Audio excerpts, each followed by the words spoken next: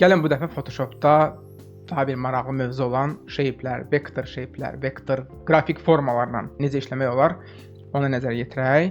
Bizim alətlər panelində sol tərəfdə daha əvvəlki dərsdə əslində müəyyən qədər o mövzuya toxunduq. Ayrıca bir alət, hətta alətin qoy məğrəbəsi var, hansı ki bunlar hamısı sadə, hətta bəziləri mürəkkəb qrafik formalar çəkməyə cavabdehdir. Tamam, tutaq ki bir yenə də Instagram poster ölçülərində bir dizaynımız var, daha doğrusu dizaynımız olmalıdır. Daha yeni bir fayl yaratmışıq bu ölçülərdə. Məsələn, mən bu fonu rəngləmək istəyirəm. Təbii ki, Photoshopda fonu rəngləməyin çox fərqli variantları var, amma bu gün elə shape'lərlə tanış olmuşkən elə bu variantı da toxunaq. Götürürəm düz bucaqlını və bütün bu canvasımı, artboardumu əhatə eləyəcək dərəcədə, hətta belə sərbəst şəkildə, daha böyük ölçüdə istənilən bir düz bucaqlı çəkirəm. Photoshop'un onsuz da canvas məntiqi belədir. Yəni canvasdan kənarda qalan detalları biz görə bilmirik. İstənilən bir düz bucaqlı götürdüm və bütün o düz bucaqlı ilə canvasımı əhatələdim. Layer mövzusu ilə tanış olanda orada danışmışdıq ki, fərqli tipli layerlərin sol tərəfdə burada kiçik ölçülü təsvirləri fərqli ola bilər. Görmüşdünüzsə mətndə T hərfi formasında indi piksel layerlər tamam başqa cür aparır. Vektor layerlər isə burada belə düz bucaqlı künclərində nöqtə olan belə bir icon şəklində görünür. Və biz bu düz bucaqlını çəkdiyimiz anda ona əslində rəng verə bilirik, onun konturlarını dəyişə bilirik. Hələlik ki fonu bu şəkildə bağlamaq lazım deyilsə, hələlik gəlin müvəqqəti olaraq bunu kiçildək. Ümumiyyətlə kiçiltmək mövzusuna da paraleldə toxunaq. Əgər biz bir çəkdiyimiz obyekti proporsional böyüdüb balacalaşdırmaq istəyiriksə, o zaman heç bir şey eləməyə ehtiyac yoxdur. Yəni küncdəki bu markeri götürüb onu hərəkət etdirmək kifayətdir. Amma biz bu nisbəti pozmaq istəyiriksə, məsəl üçün düz bucaqlının eni daha az olsun. Çünki baxın mən enini azaltmaq istəyirəm, ona proporsiya qorunub saxlanır və uzunluq da ona uyğun dəyişilir. Amma shift'i basıb saxlayıb mən sol tərəfdən hərəkət etdirsəm düz bucaqlımı, o zaman istədiyim o belə ensiz görüntü ala bilərəm. Transformasiyadan sonra isə təbii ki bu check markı qoymaq yaddan çıxmasın və ya enter basmaq yaddan çıxmasın. Bir düz bucaqlının rəngini dəyişmək istəyirəmsə, indiki halda məndə düz bucaqlıdır, bu istənilən vektor shape aiddir.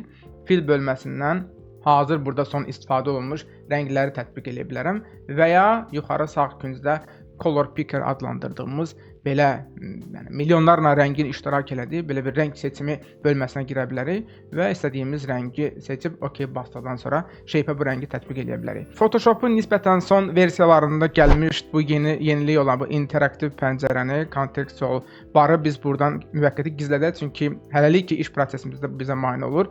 Əgər bir səbəbdən bu bizə lazım olarsa, Windows-ya girib aşağıdan təzədən eyni contextual taskbarı aktivləşdirə bilərik. Gəl hələlik bunu söndürəyim. Düz bucaqlının rəngini dəyişdiyimiz kimi biz onun konturlarının da rəngini və eyni zamanda qalınlığını dəyişə bilərik.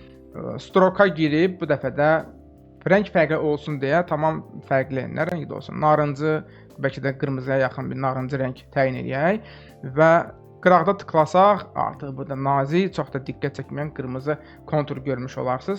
Görünmür çünki ölçüsü azdır. Ən minimum ölçüdə, yəni 1 piksel qədərdir. Amma bunu təxminən 12 piksel eləyib enter bassaq, artıq daha nəzərə çarpan konturu shape ətrafında görə bilərik. Bizim düz bucaqlı shape ilə bağlı bilməli olduğumuz indi növbəti bir mövzu. Əslində elə biraz da aşağıda biz bunu görə bilirik. Künclərlə bağlı, yəni bizim kəskin kənarlı düz bucaqlının künclərini biz yumşaq eləyə bilərik. Yəni bir markeri, istənilən bir markeri götürüb hərəkət elətdirsək, axıra qədər hərəkət elətdirsək bu kəskin olacaq. Daxilə doğru hərəkət elətdirdikdə isə künclər daha yumşaq olacaq. Təbii ki bunu maksimum elədiyimiz halda və hətta kənarlar itir, yarı oval, yarı düz bucaqlı formalı belə bir qrafik görüntü alınır. Düz bucaqlı mövzusuna bəlkə irəlidə təkrar geri qayıdarıq. Gəlin o vaxta qədər bunun qohumları ilə də tanış olaq. Ellips, yəni bir oval çəkmək istəyirsinizsə, üfüqi və ya vertikal istiqamətdə, şaquli istiqamətdə ellips tooldan istifadə edə bilərik. Yəqin ki diqqətinizi çəkdi.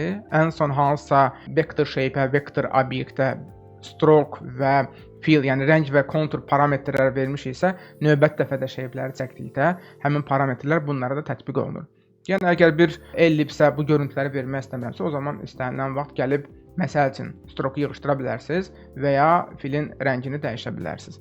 Əgər belə proporsional olmayan ellips düz bucaqlı çəkmək istəmirsə, yəni proporsional kvadrat və ya dairə çəkmək istəyirsinizsə, o zaman gəlin o situasiyada baxaq. Bunları silək, götürək düz bucaqlını. Bizim buradakı vektor shape-lərin hotkeyi U hərfidir. ya U hərfi ilə ya da düzbucaqlını seçməklə düzbucaqlı çəkə bilərsiniz. Bizə proporsional, yəni hər iki tərəfi eyni olan düzbucaqlı çəkmək lazımdır ki, bu da bizdə kvadratdır əslində. Çəkdiyimiz anda, yəni əvvəldən basmağımız lazım deyil. Yarı yolda mausu buraxmadan shift'i basıb saxlaya bilərik. O zaman görürsüz, düzbucaqlı deyil, kvadrat əldə eləmiş oluruq. Amma burada təzə başlayanların bir baş bəlası var. Hər ikisini birdən buraxmağa çalışırlar. O da çox vaxt problemə gətirib çıxardır. Ona görə ən yaxşısı birinci mausu buraxın, ondan sonra shift'i buraxa bilərsiniz. Və belə də əmin ola bilərsiniz ki, kvadrat alınacaq. Bizim burada düzbucaqlının qonşusu var idi. Daha doğrusu ailə üzvü nə idi o? Oval, ellips. Və bilirik ki, bunların hotkeyi nədir? U hərfi. Artıq əvvəlki dərsdən də bilirik ki, biz U-nu bassaq düzbucaqlı gələcək, amma düzbucaqlının yanında olan digər vektor obyekti aktivləşdirmək istəyirsə, o zaman shift və U-nu basmaq lazımdır ki, növbədə olan qrafik forma burada aktivləşsin. Yenə də əgər shiftsiz çəkməyə çalışsaq, ellips olacaq. Əgər prosesdə shifti də tətbiq eləsək, o zaman dairə alınacaq. Birinci mausu buraxırıq, sonra isə shifti buraxırıq. Gəlin digər qrafik formalara da baxaq. Triangle tool, yəni üçbucaq əmələ gətirir. Əgər shiftsiz olacaqsa, bu istənilən bərabər tərəfli olmayan üçbucaqlı verəcəksə, shiftlə bir yerdə isə bu bizə bərabər tərəfli, yəni hər tərəfləri bərabər olan üçbucaq çəkməyə imkan verəcək. Buranı yenə təmizləyək. Shiftlə birinci seçilidir. Sonuncunu da üzərində tıklayıb delete edirik. Gedilər işlərini dalayacaq. Sonra polygon tool, çox tərəfli mürəkkəb forma çəkmək istəyiriksə, götürdük polygon toolu və hal-hazırda məndə burada 5 tərəfli bir obyektdir. Shiftlə yenə bu bərabər olacaq, shiftsiz istənilən nisbətdə olacaq. Bu tərəflərin sayını artıra bilərik.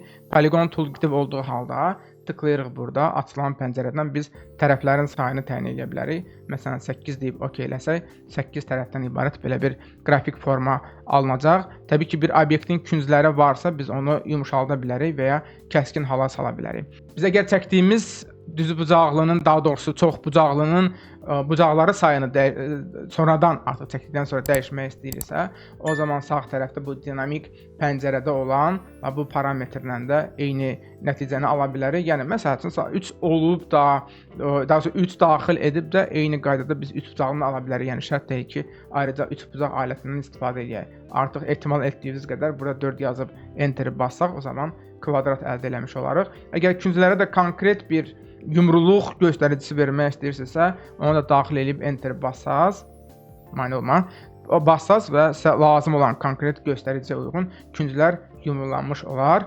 Gündəlik iş prosesimizdə biz düzbucaqlı, ellips və yəqin ki, line tool'dan daha aktiv istifadə edirik, amma hər bir halda ulduzdan, daha doğrusu ulduz çəkməyə cavabdeh olan start tool'dan da tanış olaq.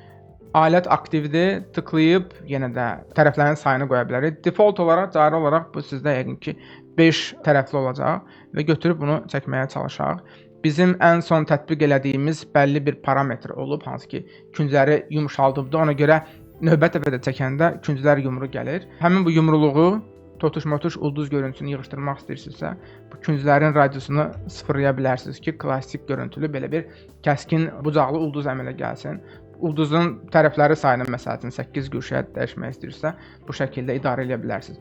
Daxildəki radiusu və xaricdəki radiusu buradan da konkret rəqəmlərlə idarə etmək mümkündür, amma eyni zamanda markerlə, interaktiv markerlə də biz daxili və xarici radiusları təyin edib ulduzu daha kəskin və ya daha qalın formaya sala bilərik. Ulduzla bağlı bu bilgiləri bilsəz, artırlamasından kifayət edəcək. Line tool əslində bir dizaynerin gündəlik iş prosesində aktiv istifadə olunan qrafik formalardan biridir. Rəngi qaradır, yuxarı sol tərəfdən də fikir verək, bu mövzuya da toxunaq. Yəni hansı shape-i, hansı qrafik formanı çəkmək istəyiriksə, ən son verdiyimiz rəng həm içərinin rəngi, həm də konturun rəngi ki, indi bizdə o rəng yoxdur, növbəti qrafik formaya da tətbiq olunacaq. Götürüb bir düz xətt çəksək, qara rəngdə belə bir nazik xətt alınmış oldu. Əgər xətti mən ideal üfüqi və ya vertikal şəkildə çəkmək istəyirəmsə, o zaman çəkəndə shift'i basıb saxlamaq lazımdır və ya shift'i basıb saxlamaq lazımdır. Bu şəkildə ki, xəttlərimiz ideal bir-birinə, daha doğrusu artboardda paralel və ya perpendikulyar şəkildə olsun. Xəttlə bağlı bilməli olduğumuz hələlik tək bir şey, daha doğrusu növbəti bir şey, bu xəttin qalınlığıdır. Bu xətlə buradakı bu qalınlığı fərqləndirmək lazımdır. Biz əslində xətt çəksək də fikir verin, xətt özü də bir sanki shape-dir. Sanki hündürlüyü cəmi 1 piksel olan bir düzbucaqlı kimi bunu görə bilərsiniz. Ona görə xəttin biz əgər rəngini dəyişmək istəyirsə, gəlib yenə də fil bölməsindən həmin o ensiz düzbucaqlının rəngini dəyişir. Tamam. Əgər bu xətti daha qalın eləmək istəyirəmsə, o zaman götürəcəm bu xətti, buradan bu weight ölçüsünü, yəni ki, qalınlıq ölçüsünü taq eləyək 10 piksel və çəkdiyim anda artıq növbəti xətt sanki hündürlüyü 10 piksel olan bir düzbucaqlı formasında, yəni artboardda əks olunmuş olacaq. Və bizim bu siyahıdakı, yəqin ki, səhv eləmirəmsə, sonuncu bölməyə gəlib çatdıq. Custom Shape Tool adı üzərində, yəni custom istənilən bir görüntüyə malik olan vektor obyektlərdən söhbət gedir. Bu demək olar ki, heç istifadə etmədiyimiz bir alətdir. Adobe-un bizə təklif elədiyi burada bir neçə şablon var. Heyvanlar, yarpaq mövzuları və s. Gül çiçəyi də var. Məsəl üçün hansısa bir heyvan simvolu lazımdırsa, siyahını açırıq. Bu siyahını biz bu şəkildə genişləndirə bilərik və götürək buradan hansı heyvan olsun, dəvə.